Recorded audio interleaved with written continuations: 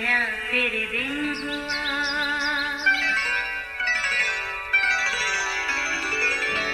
नया फिर दिन हुआ, पुरानी रात का करे सो शुक्र हम खुदा की जात का, खुदा की जात का नया फिर दिन हुआ।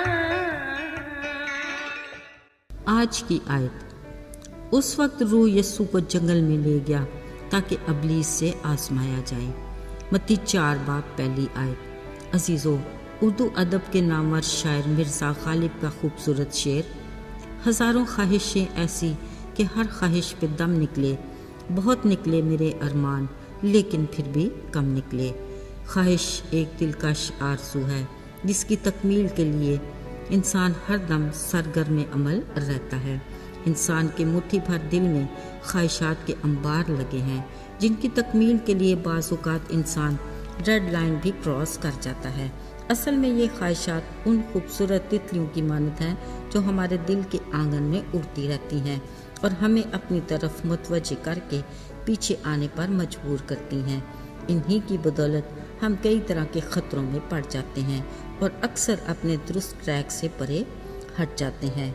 हमारी ये कैफियत किसी तौर भी हमारे हक में नहीं, मगर इंसानी फितरत का ये खासा है कि हम ख़तरे को देखते कबूतर की मानद आंखें मूंद लेते हैं, गोया बिल्ली है ही नहीं। बाद में हाथ मलते रह जाते हैं जबकि वक्त गुजर चुका होता है। अजीज़ों, ख्वाहिश करने में कुछ मज़ायका नहीं, मगर ख्याल रहे कि जज्बात ख्वाहिश की हद तक ही महदूद रहें, यानी सांप भी मर जाए और लाठी भी ना टूटे।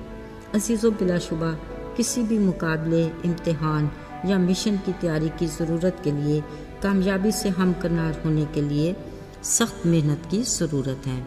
अजीज़ों, कलाम मुक़द्दस और नबियों की पेशनगोइयों के मुताबिक यीशु मसीह को गुनाहगार का फिर से आसमानी बाप से मिलाप करवाने के लिए एक बड़े मिशन के तहत दुनिया में भेजा गया। अपने मुकर्रर वक्त पर जब उन्होंने यूहन्ना से बपतिस्मा लिया तो ऐन इस वक्त आसमान खुल गया और खुदा का रूह कबूतर की मानद उन पर ठहर गया। ये कलाम के मुताबिक इसराइल पर ज़ाहिर होने का एक निशान था और आसमान से आवाज़ आई, ये मेरा प्यारा बेटा है जिससे मैं खुश हूँ। अजीज़ों, कलाम मुक़द्दस के मुताबिक उसी वक्त पाक रूह यीशु को जंगल में ले गया ताकि अबलीस से आजमाया जाए। अगरचे यीशु कामिल इंसान के रूप में था, फिर भी उसे कड़े इम्तिहान से गुजरना था।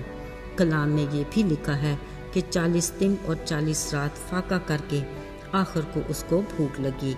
अब सवाल ये है कि 40 दिन रात फाके में यीशु की क्या एक्टिविटीज़ होंगी। यकीनन ये वक्त दुआ और अपने बाप खुदा से रफ़ाकत में गुजरा होगा, जिसके बायस उन्हें और भी तक़वियत मिली। फिर जब उसे भूख लगी तो आसमाने वाले ने पास आकर कहा, अगर तू खुदा का बेटा है तो फरमा कि ये पत्थर तेरे लिए रोटियां बन जाएं। ज़रा देखिए अबलीस का ऐन वक्त पर मुनासबार, क्योंकि इस वक्त भूख लगने पर यीशु की कमज़ोरी खुराक ही की तलब थी। मगर खिलाफ तवक्को यीशु ने बड़ी तसल्ली में जवाब दिया कि आदमी सिर्फ रोटी ही से जीता ना रहेगा, बल्कि हर उस बात से जो खुदा के मुंह से निकलती है। बिलाशुबा यीशु के इन अल्फाज में 100% सदाकत है। ज़रा याद करते हैं मूसा को, जब खुदा के हुक्म से वो 10 अहकाम की लोहें लेने के लिए हुरब के पहाड़ पर गया तो 40 दिन रात के बाद वो पहाड़ से उतरा। कलाम मुक़द्दस में लिखा है कि इस दौरान उसने ना कुछ खाया ना कुछ पिया। मतलब ये कि खुदा की रफ़ाकत में मूसा को भूख का एहसास तक ना हुआ। अजीज़ों, अपनी पहली नाकामी के बावजूद आसमाने वाले ने हिम्मत नहीं हारी, बल्कि यीशु को मुक़द्दस शहर में ले गया और हैकल के कुंगरे पर खड़ा करके उससे कहा, अगर तू खुदा का बेटा है तो अपने ताई नीचे गिरा दे, क्योंकि लिखा है कि वो तेरी बाबत अपने फरिश्तों को हुक्म देगा और वो तुझे हाथों पर उठा लेंगे, ऐसा ना हो कि तेरे पाँव को पत्थर से ठेस लगे। यीशु ने उससे कहा, ये भी लिखा है कि तू खुदावंद अपने खुदा की आजमाइश ना कर। अजीज़ों, ज़रा सोचिए वो कौन होगा जो कादिर मुतलक को आजमाने की जसारत करता हो।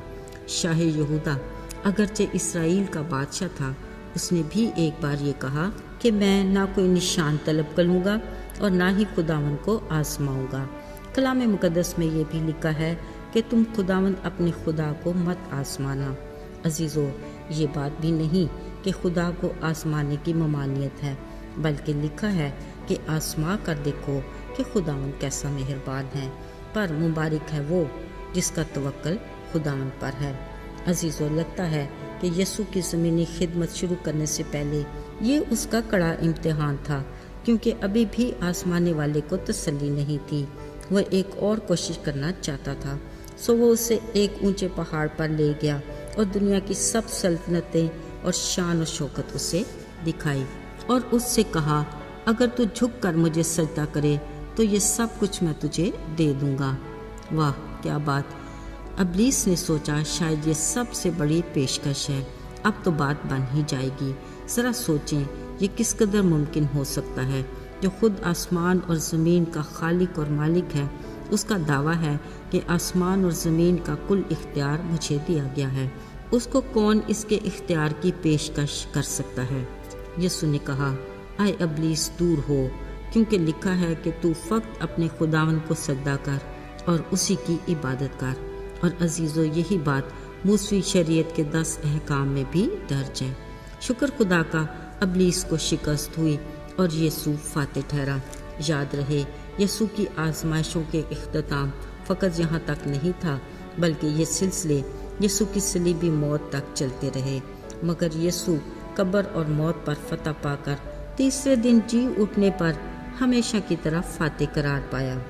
عزیزو، ذرا سوچئے، ہم تو اپنی خواہشات پر قابو نہیں پا سکتے اور انہی میں الجھ کر کئی بار مایوسی کا شکار ہو جاتے ہیں، تو کیا بطور مسیحی ہم اس قابل ہیں کہ ہم اپنی آزمائشوں میں سے کامیابی کے ساتھ نکل سکیں؟ یاد رہے، ابلیس نے جب بھی وار کیا خدا کے کلام کا حوالہ دیا، یعنی وہ خدا کے کلام کو بخوبی جانتا تھا۔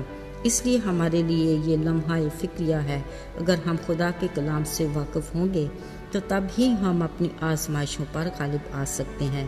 علاوہ ازیں وہ ہمیں تسلی دیتا ہے کہ میں تمہیں کبھی ایسی آزمائش میں نہیں پڑنے دوں گا جو تمہاری برداشت سے باہر ہو، بلکہ نکلنے کی راہ بھی بناؤں گا۔ آئیے دعا کریں۔